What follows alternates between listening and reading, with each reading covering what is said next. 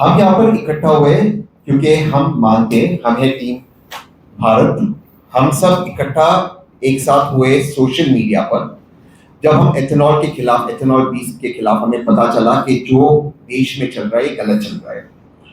हम इसके पहले, क्योंकि एक आरोप लगता है उस पर होगा, एक दूसरे को जानते नहीं थे। मैं भी सोशल मीडिया पे देखा था, लेकिन हमारा किसी से कोई राब्ता नहीं था, किसी से हमारा कोई संबंध नहीं था।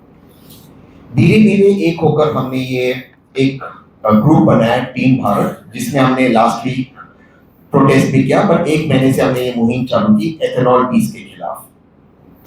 तो सबसे मैं इंट्रोड्यूस करा दूं, ये है दिनेश, ये को फाउंडर है।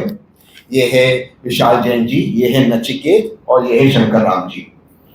और अन्य जो हमारे मेंबर्स हैं, दो दूसरे मेंबर्स ये दिल्ली के अंदर है, वो आ नहीं सके आज। ये को फाउंडर्स है। बाकी हमारे ग्रुप में करीबन अभी 5-6 हजार लोग जुड़ गए हमारे साथ। इकट्ठा होने का ये वजह था कि जो एथेनॉल 20 को लेकर इस देश में जो अभी वर्तमान में जो बातचीत हो रही है, जो विवाद हो रहा है, हम ये मानते हैं कि देश का सबसे बड़ा स्कैम है, और उस पर हम आते हैं। एथेनॉल 20 की जो पॉलिसी है, ये पूरी तरह से नॉन ट्रांसपेरेंटली इसको इंट्रोड्यूस करवाया गया। अब इसके तथ्य क्या है, मैं आपके सामने रखता हूं।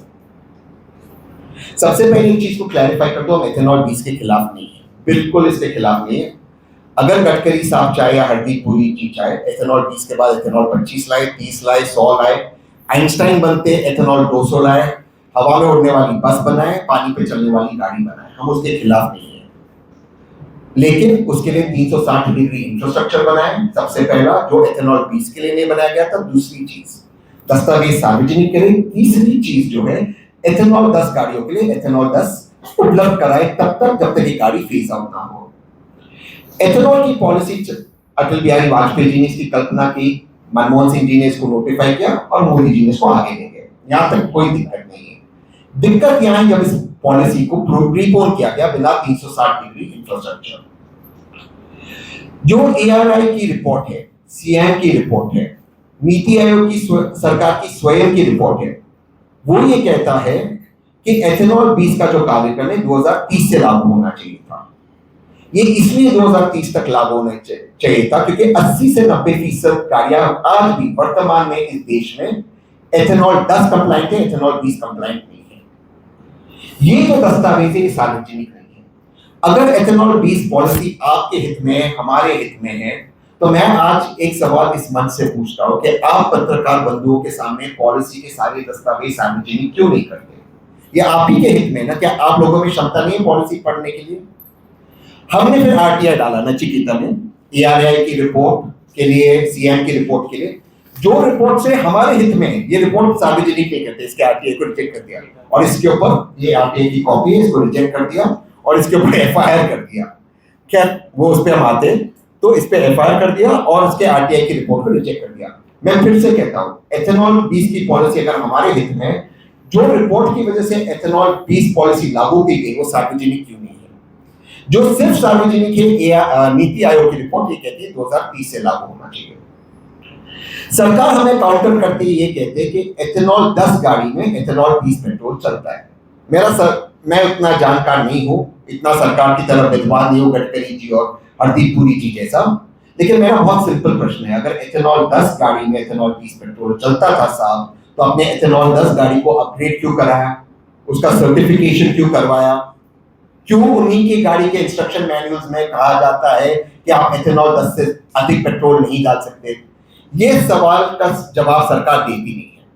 सरकार क्या कहती है, आपने कितनी गाड़ियां देखी जो सड़क पे गिर गई? ये सरकार का एक स्टैंडर्ड रिस्पॉन्स है।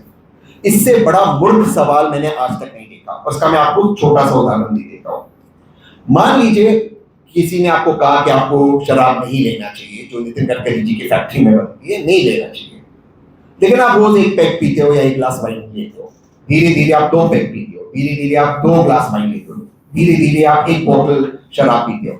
आपको एक दिन में लिवर सिरोसिस नहीं होगा, होते होते आपको समय लगेगा, लेकिन जो आपकी बॉडी में समस्या आती है आपको पता चलेगा। ठीक उसी तरह अब इन गाड़ियों में समस्या आ रही है, और अधिकतर जो गाड़ियां 2 व्हीलर गाड़ियां इस सड़क के ऊपर। अब इस बात को खुद हरदीप पुरी जी और नितिन गडकरी जी एडमिट करते हैं, कहते हैं आपका जो गैसकेट है 50,000 किलोमीटर में चेंज नहीं होगा, 30,000 किलोमीटर में चेंज होगा। आपका वॉशर जो है मुफ्त में चेंज करेगा। अरे भाई, आपने हमसे परमिशन लिया कि 40% जल्दी हमारा गैस बिल खराब होगा? आपने हमसे परमिशन लिया कि हमारा जो वॉशर है वो खराब होगा? मान लीजिए आप में से किसी के पास टू व्हीलर है, आप जा रहे हो, सड़क पे आपकी गाड़ी खराब होगी, आपके पास फोर व्हीलर है, परिवार के साथ आपकी गाड़ी खराब होगी, इसकी जिम्मेदारी कौन देगा? क्या आपने हमसे परमिशन ली? ये कैसा देश है कि आप हमसे परमिशन नहीं ले रहे हो हमारी गाड़ी के बदले में? देखिए, गाड़ी दूसरी सबसे महंगी चीज है जो एक भारतीय खरीदता है, दूसरी सबसे महंगी चीज है। और एक गाड़ी जब खरीदता, वहां पे मेरे भाई चार्टर्ड अकाउंटेंट, आप लोग 15 साल का टैक्स एडवांस में भरते हो, आप लोग रोड टैक्स भरते हो, इंश्योरेंस भरते हो, जीएसटी भरते हो, कुछ राज्यों में आप उसके ऊपर सेस भरते हो, आप पार्किंग चार्जेस भरते हो, आप अन्य चार्जेस भरते हो, टोल पे जाते हो टोल चार्जेस भरते हो। एक गाड़ी आदमी कब खरीदता है? खुशी के मौके पे, दिवाली हो, गुड़ी पाड़वा हो, गणेश जी का त्योहार हो, ईद हो, क्रिसमस हो। उस गाड़ी को आपने एक स्ट्रेस का विषय कर दिया। क्यों आपने किया? किसकी परमिशन से किया? और कितनी आसानी से कह रहे थे माइलेज कम हो गया। मैं नहीं जानता यहां पर आप में से किसके पास टू व्हीलर है, लेकिन मैं ये चीज कॉन्फिडेंटली से कह सकता हूं, आप में से अधिकतर लोगों ने जिन्होंने टू व्हीलर खरीदा है, वो टू व्हीलर में सबसे पहली चीज आपने माइलेज देखी होगी। अधिकतर मैं कॉन्फिडेंस के साथ कह सकता हूं। किसने उनको अधिकार दिया हमारा माइलेज कम करने को? किसने अधिकार दिया कि आपसे पूछा कि मैं माइलेज कम कर रहा हूं? ये कैसे है माइलेज कम करने की बात रखते हैं लोग? फिर हम आते हैं नेक्स्ट स्टेप के ऊपर। हरदीप पुरी जी कहते हैं कि फॉर्मूला गाड़ी में भी एथेनॉल चलता है। मतलब आप इन लोगों का घमंड देखिए, ये किस तरह के घमंड से बात करते हो। फॉर्मूला पहले तो, और आप सब पत्रकार हो, पुणे के अंदर फॉर्मूला जैसे रेस रस्ते, क्या फॉर्मूला जैसे गाड़ी चलाओगे? मतलब एक चीज होता कि आप घमंड से बात करो, एक चीज होता आप समझो कि दूसरे सामने वाला व्यक्ति बेवकूफ है, आप कुछ भी बोलोगे और वो मान लेंगे। इस सड़क फॉर्मूला वाली सड़क है, लेकिन फॉर्मूला की रेसों में, और आप सबने देखा होगा रेस, पिट स्टॉप होता, पिट स्टॉप में 100 से 150 इंजीनियर होते एक टीम के पीछे, वही गाड़ी का इंजन का पार्ट्स चेंज होता, वही गाड़ी के इंजन का सर्विसिंग होता, रेस के बाद गाड़ी के इंजन का सर्विसिंग होता, 4 रेस के बाद ओवरहॉलिंग होता, 6 रेस के बाद उस गाड़ी का इंजन चेंज होता। आप लोग कर सकते हैं अपनी गाड़ी का इंजन चेंज? फॉर्मूला में चलता तो आप लोग आपकी गाड़ी में चला दो। मतलब कौन सी बात कर रहे हो? कहां से ये बात आई? किस घमंड से ये बात आई? फिर हम आते हैं नेक्स्ट के ऊपर। ये कहते हैं कि हम ये देश हित में कर रहे हैं, हम फॉरेन रिजर्व बचा रहे हैं। ये इनका सबसे बढ़िया टारगेट है कि हम फॉरेन रिजर्व बचा रहे हैं हमारा, इसको भी हम बीट करते हैं। जो फॉरेन रिजर्व बचाते हैं, मोटा मोटा 40,000 करोड़ साल का बचता है। इसमें दो तरफ बताऊंगा, इसमें रिसर्च इन्होंने बहुत की विषय। सबसे पहला, आप लोग जानकर हैरान होंगे कि स्वयं एथेनॉल भारत इंपोर्ट करता है, तो फॉरेन रिजर्व कैसा बचा? स्वयं एथेनॉल इंपोर्ट करता है अमेरिका से। ये फॉरेन रिजर्व बचाने के लिए एथेनॉल इस्तेमाल कर रहे हैं, लेकिन एथेनॉल अमेरिका से इंपोर्ट कर रहे हैं, तो फॉरेन रिजर्व बचा कैसे? सरकार कहती है इंडस्ट्रियल एथेनॉल, मान लिया। इंडस्ट्रियल एथेनॉल को नॉर्मल एथेनॉल से अलग नहीं होता, उसमें कुछ केमिकल्स होते हैं, कुछ टॉक्सिसिटी होती है। ऐसा नहीं कि भारत में नहीं बन सकता, भारत में बिल्कुल बन सकता है इंडस्ट्रियल एथेनॉल, लेकिन जो भारत का एथेनॉल है ये डाइवर्ट होता है आपकी ऑटोमोबाइल के लिए। वहां पे डाइवर्ट होते, किसान को कुछ पैसा नहीं मिलता है। आप पेट्रोल का दे रही है 102 रुपया एथेनॉल वाला, तो सब्सिडी किसको दे रही है? क्योंकि डाइवर्ट कर रहे हैं जिनकी डिस्टिलरीज है, यानी कि बेटा बढ़ाओ योजना। डिस्टिलरीज किसके? सब नेताओं के बच्चे, उनको आप सब्सिडी दे रहे हो, और आप कह रहे हो फॉरेन रिजर्व बचा रहे, और इंडस्ट्री के लिए जो एथेनॉल चाहिए आप इंपोर्ट करा रहे हो अमेरिका से। दूसरा मैं आपको उदाहरण देता हूं जिसपे इन्होंने बहुत रिसर्च किया। कॉर्न, मक्का। कॉर्न का भारत में सरप्लस प्रोडक्शन था। कॉर्न का एक बाई प्रोडक्ट है डीडीचेस, डिटेल में आपको बताएंगे। डीडीचेस होता है पशुओं का आहार, लाइव स्टॉक फीड। इसको जो है भारत एक्सपोर्ट करता था, इतना भारत का सरप्लस प्रोडक्शन था। जब यूएस और भारत का ट्रेड डील हुआ 6 फरवरी को, व्हाइट हाउस के प्रेस रिलीज में निकला कि भारत डीडीचेस को इंपोर्ट करेगा। जो चीज आप एक्सपोर्ट करते डॉलर कमा रहे थे, अब भारत उसको इंपोर्ट करते डॉलर खर्च करेगा। लोग, देश में हल्ला हो गया, किसान नाराज हो गए। किसान इसलिए नाराज हो गए क्योंकि अमेरिकन कॉर्न भारत में बैन है, ये जेनेटिकली मॉडिफाइड है। फिर 7 फरवरी को माननीय पीयूष गोयल जी ने प्रेस कॉन्फ्रेंस की। उन्होंने कहा हम इसको इसलिए इंपोर्ट कर रहे हैं क्योंकि भारत में लाइव स्टॉक फीड, पशुओं की आहार की शॉर्टेज है।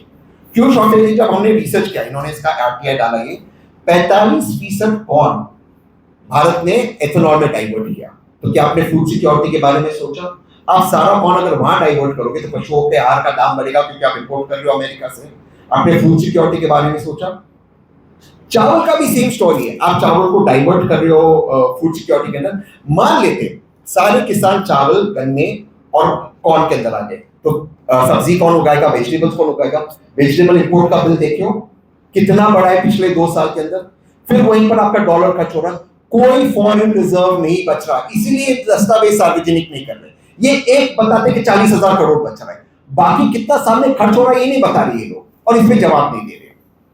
आते नेक्स्ट चीज के ऊपर, एनवायरमेंट पे, जिसपे इन्होंने फिर रिसर्च किया। अभी कम ऑन दैट, ये एनवायरमेंट के लिए भी अच्छा नहीं है। गन्ने में 2,500 से लेकर 3,500 लीटर पानी का 1 लीटर एथेनॉल बनाने में जाता है। मक्के में 4,500 लीटर पानी, और चावल में 10,500 लीटर पानी। तो ये एनवायरमेंट के लिए अच्छा कैसे हुआ? आप लोग सब यहाँ पे पुणे के पत्रकार हो, क्या आज से 15 दिन पहले पुणे में पानी का शॉर्टेज था कि नहीं था? बिल्कुल था, आप सब मानते हो। तो फिर ये कैसे हुआ देश हित के अंदर? और जब ये बात माननीय गडकरी साहब से पूछी गई, गडकरी साहब कहते हैं देशद्रोही जो कहते हैं कि पानी का शॉर्टेज है, उनके शब्द में वर्बैटिम उनको कोट कर रहा हूं, हम देशद्रोही कैसे होगा पानी का शॉर्टेज, आप लोग देशद्रोही हो। ये हर चीज में देशद्रोह को ले आते हैं। फिर आते हैं हम नेक्स्ट पॉइंट के ऊपर, यहाँ पर प्रदूषण का पॉइंट हो गया।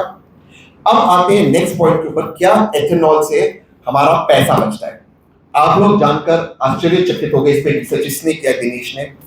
1 लीटर एथेनॉल बनाने के लिए करीबन 72 रुपया लगता है, 1 लीटर एथेनॉल।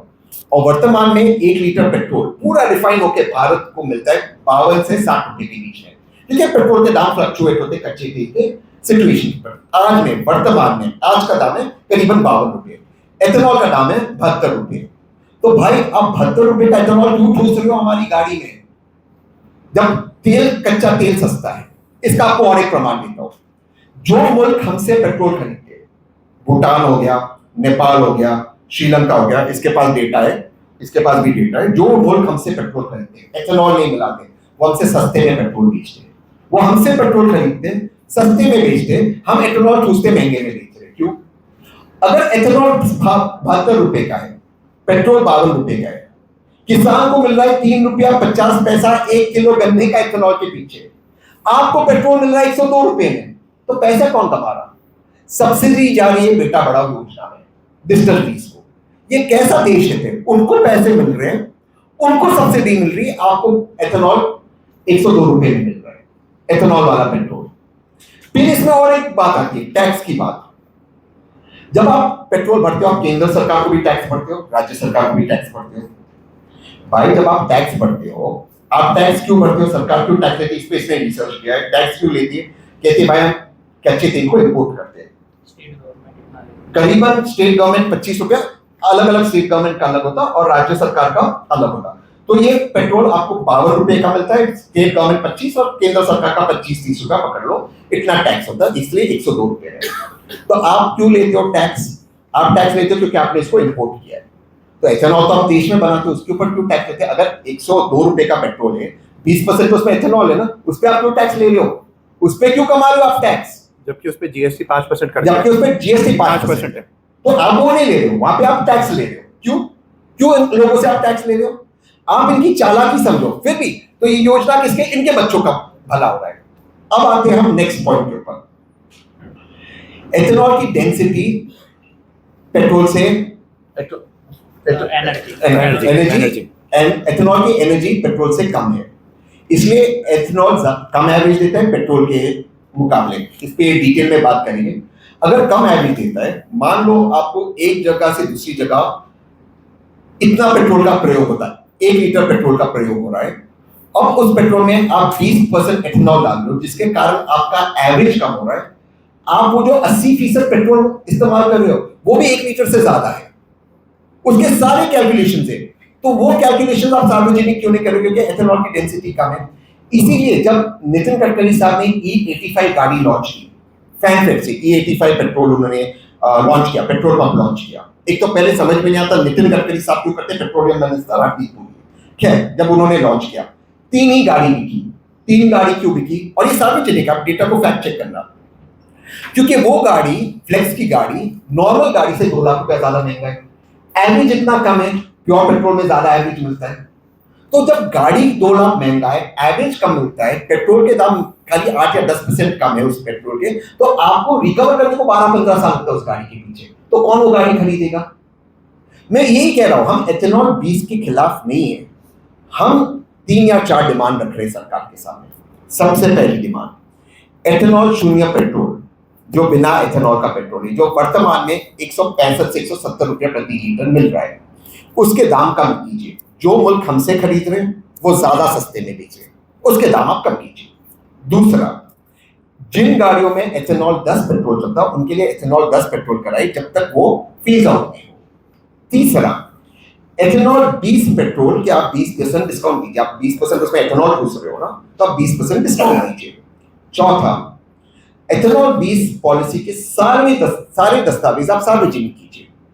आपको क्यों लगता है हम इतने मूर्ख हैं कि हम अपने दस्तावेज जो हमारे हित में हम नहीं पढ़ सकते? इसको छुपाने की क्या वजह है?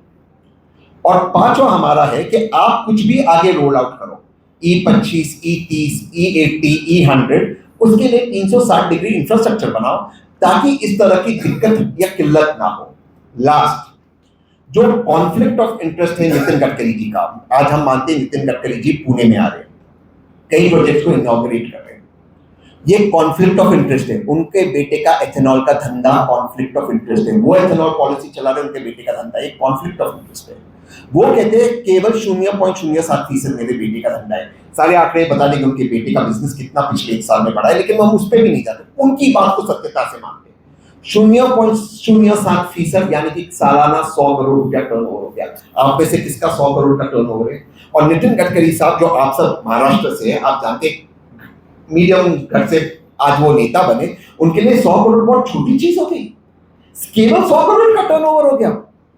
और 100 करोड़ का हो कि 1 करोड़ का हो कि 1000 करोड़ का, ये कॉन्फ्लिक्ट ऑफ इंटरेस्ट है। कैसे वो पॉलिसी को ड्राइव कर रहे हैं? और पिछले 1 साल में उनके बेटों का जो बिजनेस बढ़ा है उसके बारे में वो चर्चा नहीं करते।